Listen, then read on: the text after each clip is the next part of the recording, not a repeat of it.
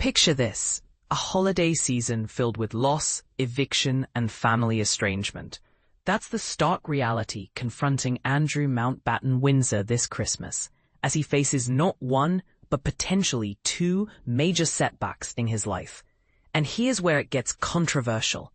Is this the fair outcome for someone who's long been a part of the royal family, or does it go too far?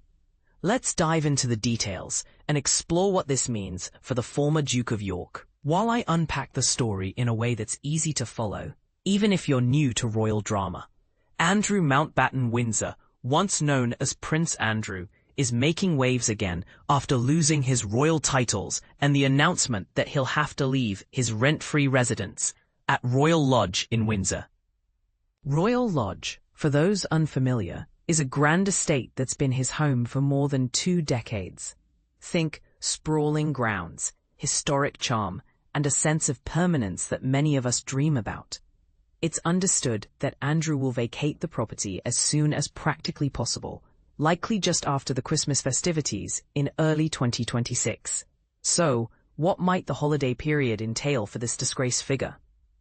Not only is he bidding farewell to this cherished abode, but there's a potential second hit on the horizon for the father of 2 daughters. Looking back, in 2024, Andrew was notably absent from the traditional royal Christmas gatherings at Sandringham, and experts predict this exclusion could repeat in 2025, given the intensified scrutiny on King Charles's sibling. For context, Sandringham is the Norfolk estate where the monarch hosts family celebrations annually, a place of warmth, tradition, and togetherness during the holidays. Andrew's daughter, Princess Beatrice, joined the high-profile royals at church in Sandringham on Christmas Day last year, alongside figures like King Charles, Queen Camilla, Prince William, and Princess Kate.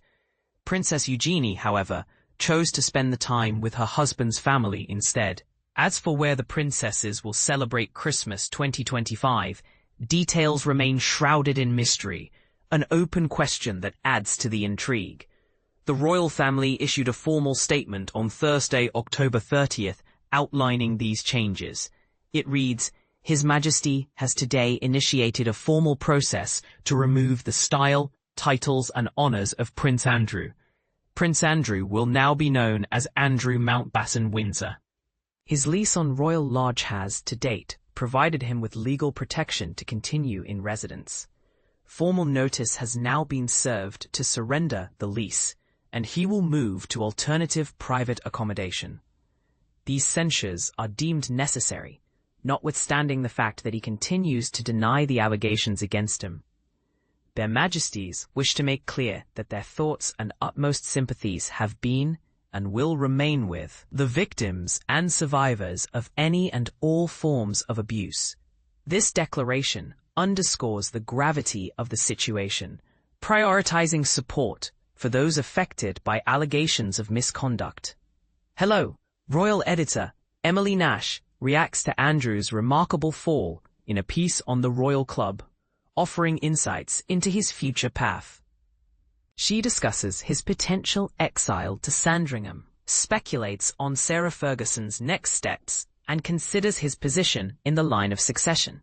For more, check out the link to her newsletter. Now, and this is the part most people miss, there's the question of who will cover the costs for Andrew's new living arrangements. From what Hello has gathered, Andrew is relocating to the Sandringham Estate in Norfolk.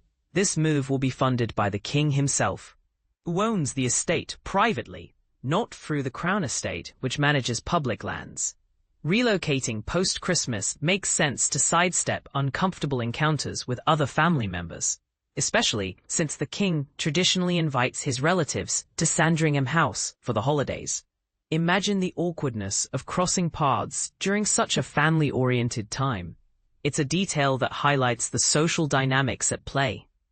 Emily Nash also points out in her Hello Royal Club newsletter, his day-to-day life may not actually look all that different from that at Windsor, given he has been living largely out of the public eye since 2019.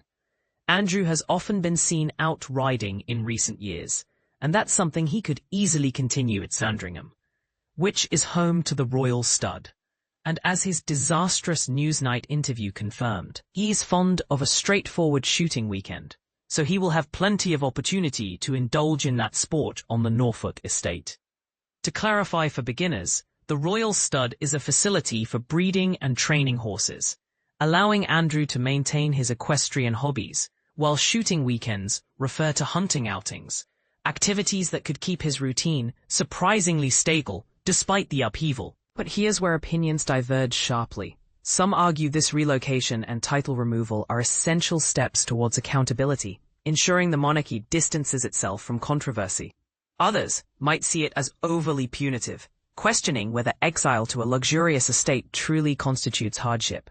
For instance, is funding his private home through the king's personal purse equitable, especially when public funds are involved in royal matters indirectly? And what about his denial? Is the monarchy handling this scandal appropriately, or does it reveal deeper issues in how power and privilege intersect with accountability? Share your views in the comments. I'd love to hear differing perspectives and start a conversation.